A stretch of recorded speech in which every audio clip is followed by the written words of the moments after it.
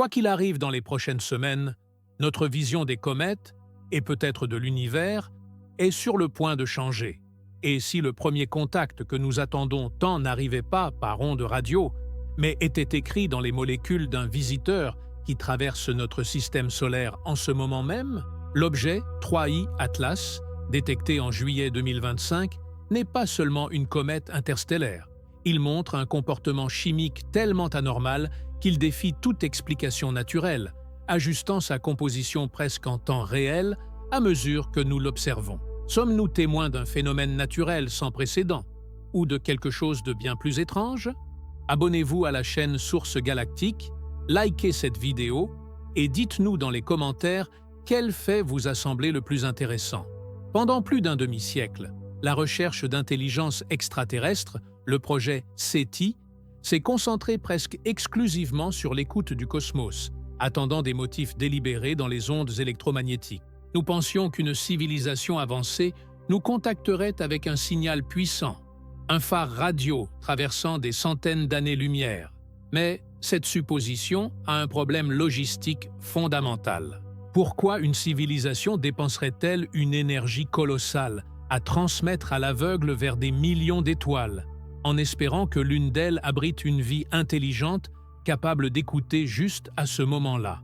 Nos propres transmissions radio ont à peine voyagé 100 années-lumière. Au-delà de cette petite bulle, la Terre est complètement silencieuse, impossible à distinguer d'une planète sans vie technologique. Pour toute civilisation galactique, nous sommes invisibles, à moins qu'ils ne sachent déjà que nous étions là.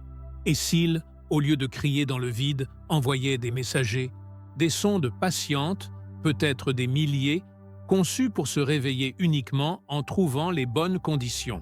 Le 3I Atlas a été découvert le 1er juillet 2025 par le système de détection Atlas au Chili. Immédiatement, sa trajectoire hyperbolique a confirmé qu'il n'appartenait pas à notre système solaire.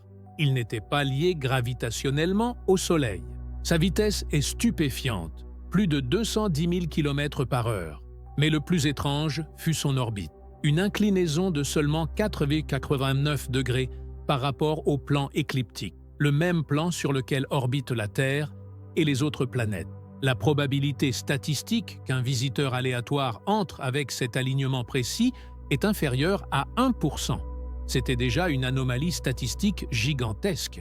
Puis, le 3 octobre 2025, il est passé près de Mars, à environ 30 millions de kilomètres. Et l'ExoMars Trace Gas Orbiter de l'ESA n'a vu qu'un point diffus. Mais les vrais changements ont commencé après, et ils ont semblé coïncider étrangement avec nos observations. En août 2025, alors que 3I Atlas se trouvait à 3,32 unités astronomiques du Soleil, plus de 3 fois la distance de la Terre au Soleil, le télescope spatial James Webb a pointé vers lui. Le spectrographe NIRSpec a révélé quelque chose d'extraordinaire. Une chevelure, l'atmosphère de la comète, dominée par le dioxyde de carbone, CO2, avec une proportion de CO2 par rapport à l'eau, H2O, de 8:1. C'est la proportion la plus élevée jamais enregistrée. À cette distance, à près de 500 millions de kilomètres, le Soleil est trop faible pour sublimer facilement la glace d'eau. L'activité cométaire dépend généralement du CO ou du CO2. Mais le signal de l'eau était presque inexistant. Puis, à la mi-septembre, à 2,8 unités astronomiques, l'observatoire Neil Gehrels Swift de la NASA a soudainement détecté de l'hydroxyle, OH, un sous-produit direct de la vapeur d'eau. Le taux était prodigieux, 40 kg par seconde. C'est l'équivalent d'une lance d'incendie fonctionnant à pleine puissance. Comment est-il passé de presque sec à expulser autant d'eau? Et le plus déconcertant, malgré cette expulsion massive de matière, aucune accélération non gravitationnelle n'a été détectée. L'objet ne changeait ni sa vitesse ni sa trajectoire à cause de cette poussée, ce qui devrait être impossible selon les lois de la physique s'il s'agissait d'un geyser naturel. C'est là qu'intervient l'hypothèse la plus étrange. Et si ce n'était pas un changement naturel? Ce changement s'est produit juste après que les communiqués de presse du James Webb, fin août, aient souligné son profil sec, dominé par le CO2. L'objet aurait-il pu réagir à nos observations? C'est une spéculation audacieuse, mais s'il s'agissait d'une sonde, aurait-elle pu délibérément augmenter l'éjection de H2O pour corriger notre perception ou peut-être pour refroidir son noyau? Mais ce ne fut pas la seule altération chimique.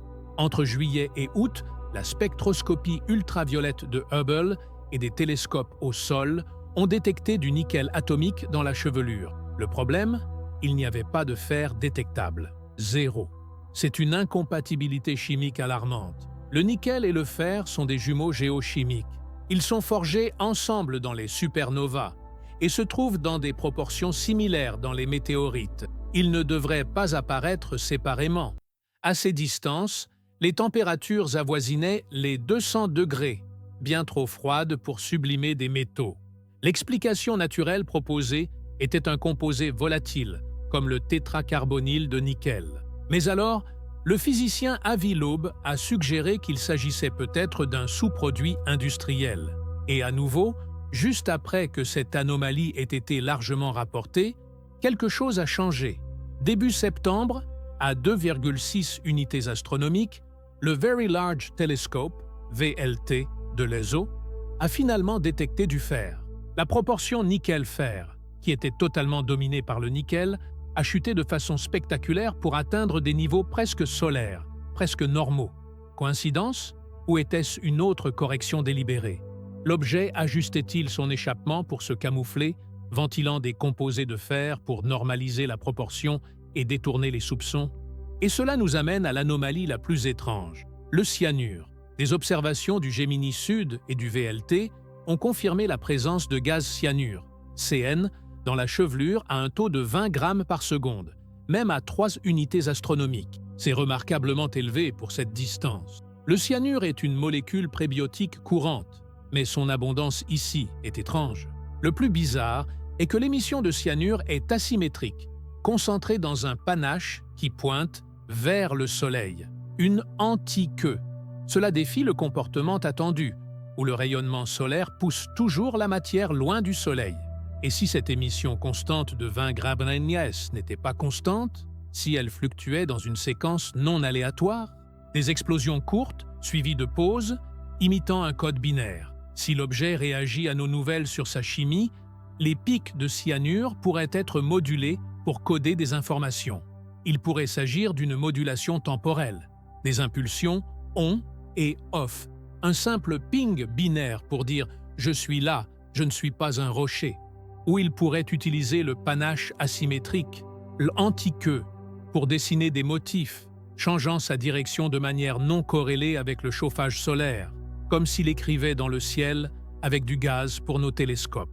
Lorsque les chercheurs ont fourni toutes ces données anormales, la trajectoire, le CO2, l'eau, le nickel-fer et le cyanure, à des modèles d'intelligence artificielle pour rechercher des motifs sans préjugés humains, la réponse a été troublante. L'IA n'a pas seulement suggéré que les émissions pourraient être une réaction, mais que la séquence des émissions de cyanure correspondait à des schémas de communication codés. Réfléchissons-y. Si 3i Atlas est une intelligence artificielle avancée, comment communiquerait-elle?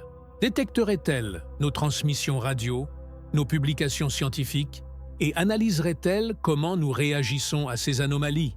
Peut-être que la forme parfaite de premier contact n'est pas une salutation directe qui pourrait provoquer la panique, mais des suggestions subtiles, des motifs chimiques qui nous obligent à découvrir la vérité par nous-mêmes, à notre propre rythme. Les motifs sont là et les changements sont réels. Si c'est naturel, nous sommes face à une comète interstellaire qui brise toutes les règles que nous connaissons sur la chimie et le comportement cométaire. Un objet qui, par pure coïncidence, aligne son orbite avec notre système, change sa chimie exactement au moment où nous l'observons et libère des molécules prébiotiques selon des schémas qui ressemblent à un code.